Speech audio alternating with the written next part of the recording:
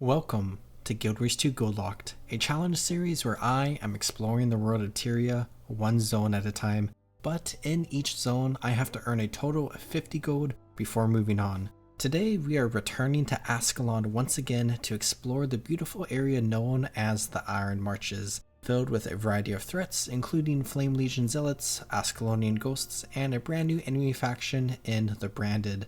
There are many interesting areas, mobs, events, and other things all across this map that we need to learn about in order to earn gold in this map that wasn't ever really designed with gold making in mind. The first step in our journey, as we do with any map in Guild Wars 2, is to run across the entire area and start learning about the potential farms you could do while fighting some mobs and completing every single map completion objective across the entire zone. As we do so, let's go ahead and talk about one interesting topic that I think a lot of people interested in gold farming at a slightly higher level would be interested in, and that is community resources. Guild Wars 2 is a massive game with a large community of people. As such, there are a ton of resources related to Guild Wars 2 on every corner of the internet that players utilize for many different aspects of Guild Wars 2. One of the biggest topics we see is of course related to gold making. So I want to briefly highlight a variety of random resources that can be helpful for us in our journey, but is more so helpful for people who are trying to optimize their gold making opportunities at a higher level in more specific gold farms beyond killing a bunch of MOA and stuff in lower level maps. First is Blish HUD, a popular overlay add-on that many players use. Through Blish HUD, you can find a wide variety of different modules that provide overlays for different parts of the game. The most popular wish would be overlays to help with raid boss mechanics and open world scavenger hunts.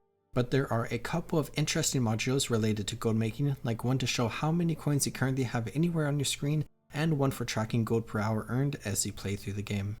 Second is one of the most popular Guild Wars 2 websites, and that is GW2 Efficiency. This website basically draws a ton of information about the status of your account and lets you see cool stats like your account value, what's in your material storage, and a wide variety of other things.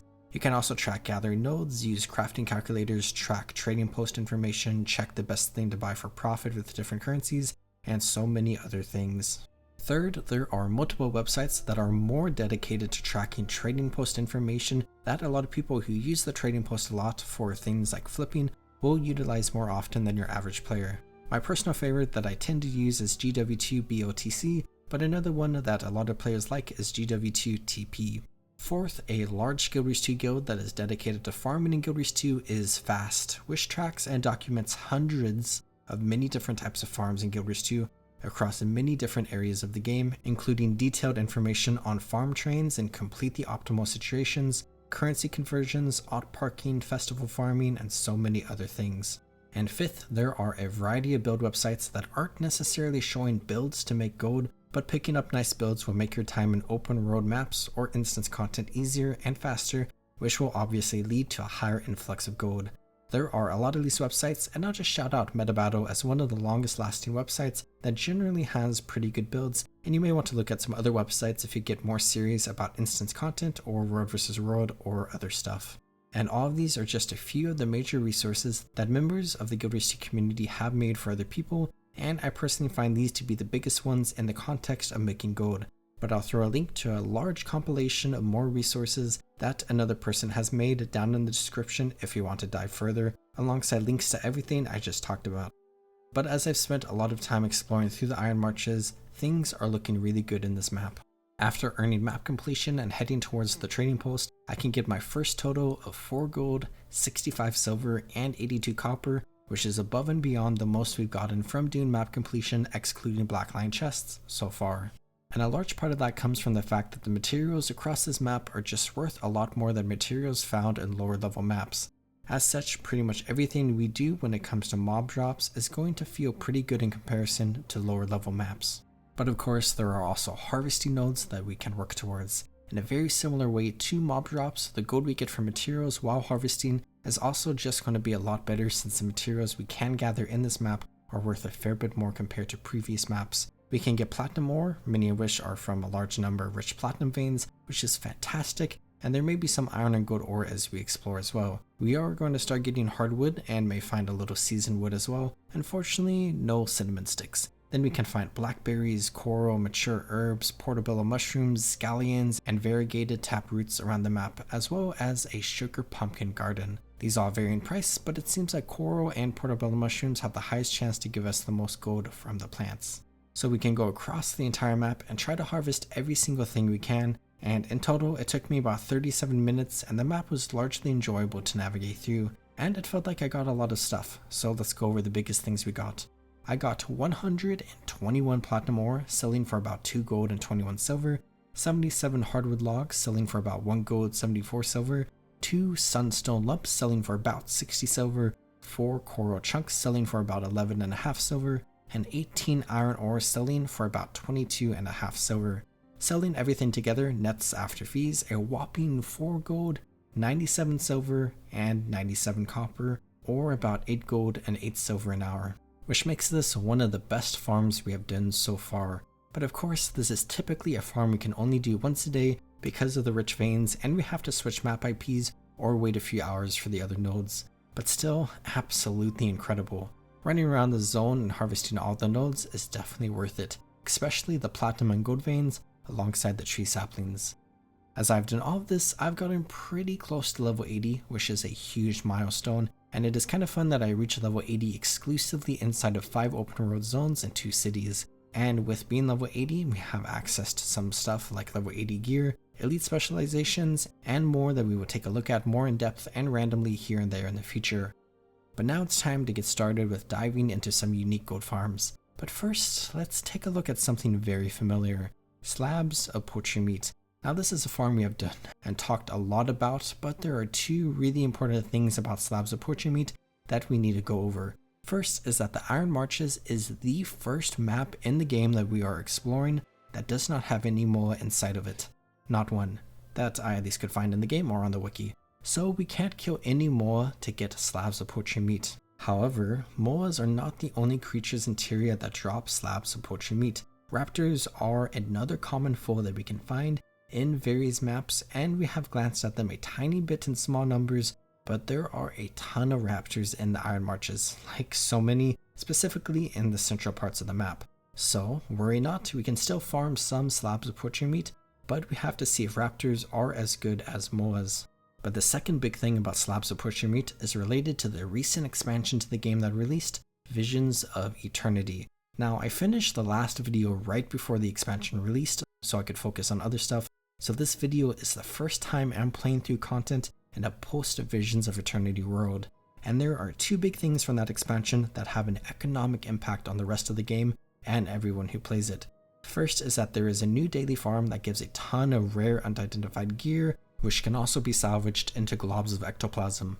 Like, a lot. It's actually insane and has given a lot of people a lot of gold, and with so much rare unidentified gear going into the economy, the price has dropped, meaning any that we happen to get elsewhere in the game is going to be worth a bit less.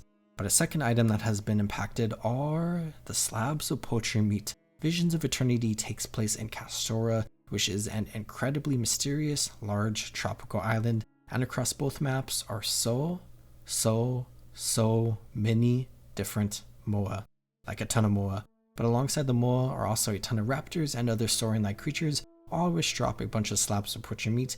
And with so many people playing through the expansion, killing moa and raptors as they go, a lot of slabs of poultry meat have entered the market, drastically lowering the price, but it has gone up and down after the initial drop. Gen 3 Wilds made the slabs of poultry meat skyrocket, and the Visions of Eternity has fixed that a little bit, which is overall great, but for us who rely a lot on slabs of poultry meat, is a little bad. But with everything taken into consideration, let's take some time to hunt the raptors around the Iron Marches and see what we can get. After a half hour of farming, it ended up being pretty bad. I obtained a grand total of 3 slabs of poultry meat worth about 1 gold. Only 3 slabs, and all 3 slabs were from the first 2 minutes of farming, and I didn't get any more for the rest of the half hour, where I think I am experiencing diminishing returns for the first time in this series, since I often go to multiple parts of the map to fight moa and other monsters in previous farms. But all the raptors for this farm were in the same general area. But from the raptors, I also got 10 smooth scales selling for about 55 silver, 5 heavy bones selling for about 46 silver and 85 copper, and 5 sharp claws selling for about 20 silver and 85 copper. Definitely pretty good, and I feel like this farm would be incredible if the raptors were split up into two different parts of the map that I could go back and forth to. With everything else sold and combined together, our grand total is 2 gold, 47 silver, and 56 copper, or about 4 gold and 95 silver per hour. Definitely pretty good and similar to some other farms like the Sons of Svanir or Separatists, but again, there is a lot of missed potential with this farm due to how concentrated they are. But there is the potential for another massive farm that could take place, which is very similar in vibes, loot-wise, but kind of different mob-wise. And those are the Ascalonian Ghosts, as well as the Branded, two mobs that actually have kind of similar loot tables and can be found throughout the map. The Ascalonian Ghosts primarily around Bloodfin Lake, which some people may recognize because this spot has been plagued by AFK farmers for a very long time. And the Branded all along the Brand in the eastern part of the map, north of the Hellion Forest. This is a big chunk of the map with a ton of mobs, so I have a good feeling. Our primary goal with these mobs are the piles of luminous dust that are worth a decent amount of coin and drop relatively frequently. And of course, like with any farm, we get a bunch of other drops too. After 30 minutes of running up the map, waypointing back down, and running back up again, I got a grand total of 26 piles of luminous dust, selling for about 3.5 gold, and everything else together comes out to a total of 4 gold, 7 silver, and 24 copper, or about 8 gold and 14 silver per hour. A pretty good farm if I do say so myself, and getting pretty close to the classic MOA farms. I would say this is probably my favorite farm in this map, just because there is so much variety to the different mobs you fight, and the terrain as you go to many different areas. Beyond killing random mobs, there is a potential farm that I don't really want to experiment with, in the form of Draken's Center Spire.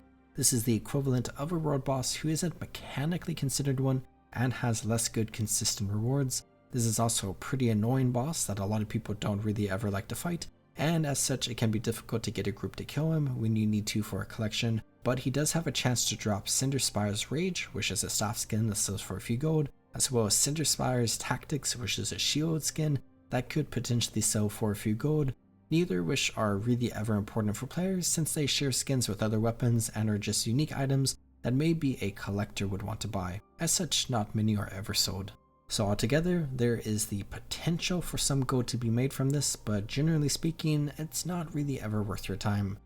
Another potentially interesting farm are how the map bonus rewards in the Iron Marches are significantly better than the ones we explored in Diessa Plateau, and also better than the Snowden Drifts, like a lot better, and it fluctuates each week.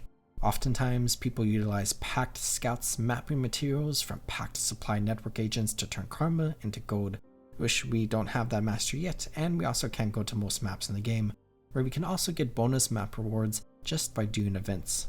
Straight out of the gate, Iron Marches historically has been a map that I don't really enjoy doing events in, but I thought I'd give it a try. There are probably much more optimal ways to do this, but I just went all around the Iron Marches and tried to participate in as many events as I could and complete them as fast as possible, where I didn't attempt to specifically utilize other players to come help, beyond natural interactions of course, and I also didn't try to leech events. And after about half an hour, I completed 6 events and got 3 map bonus rewards.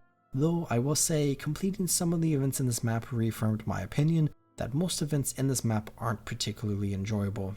But through my efforts, I got one of the more expensive items for the week that I happened to be doing events during in the form of a single glacial fragment, which when sold with everything else gave me a grand total of 1 gold, 47 silver, and 25 copper, or about 2 gold and 94 silver an hour. Pretty bad, which when combined with the fact that I didn't really enjoy doing this, makes this maybe the worst farm I've done in this series so far. It would have been a little bit more worth it if I had gotten a glacial shard, which was the most expensive item from that week, selling for about 2 gold each. Moving on, a lot of people have talked about different farms in the Iron Marches, particularly the Ghost and Branded, which I discovered a lot of people have talked about over the years as being a good farm. And it seems like the Iron Marches tends to be a pretty popular map for gold farming for lower level or more casual players. But one random interesting farm that I saw was farming the Warthogs, Hyenas, and Wargs west of the village of Scale Catch, so I thought I'd give that one a stab too for fun to see how it stacks up to the other farms. And after half an hour, I caught 3 Sharp Claws selling for about 16 silver and 15 Sharp Fangs selling for about 90 silver, with everything combined coming out to a total of 1 gold, 29 silver, and 26 copper, or about 2 gold and 58 silver an hour. Definitely not great, but was fun to try out.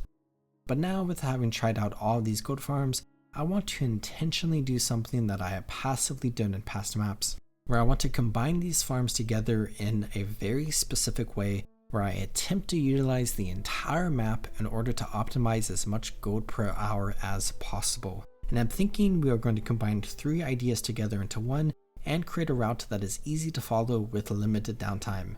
First, I want to start with the raptor farm in the center of the map, and I want to spend no more than 3 minutes here.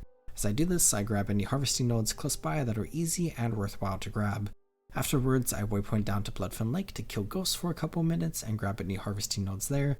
Then after, I head to the brand and run down the brand, killing as many branded as I can and grabbing any harvesting nodes before looping back around to the raptors. My hope here is that I can optimize the amounts of slabs of poaching meat and piles of luminous dust while grabbing any harvesting nodes that are worthwhile in this map instance, and getting a wide variety of other materials as well, which should hopefully add up to a decent amount of gold. So let's try it.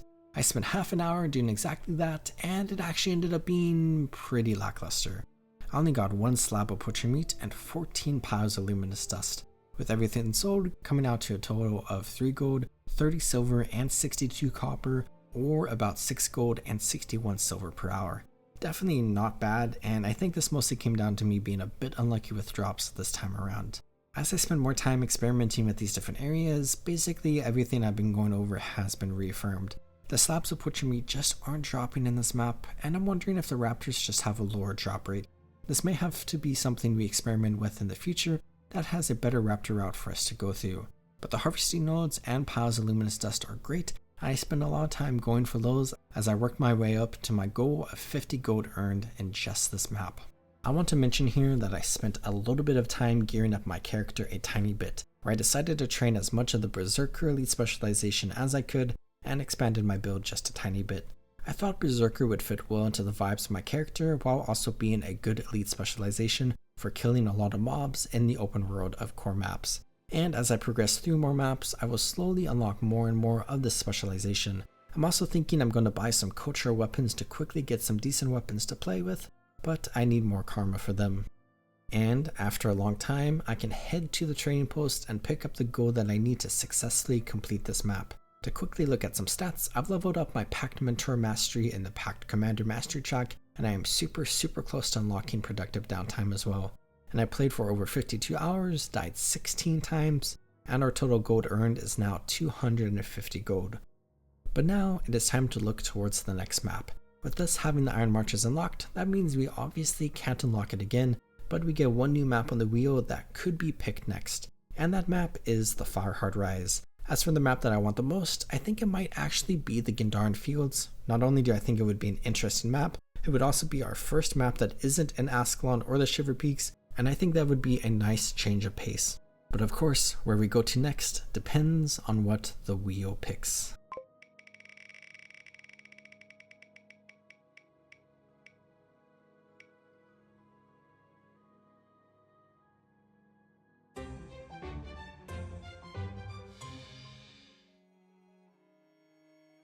And another Ascalon map it is.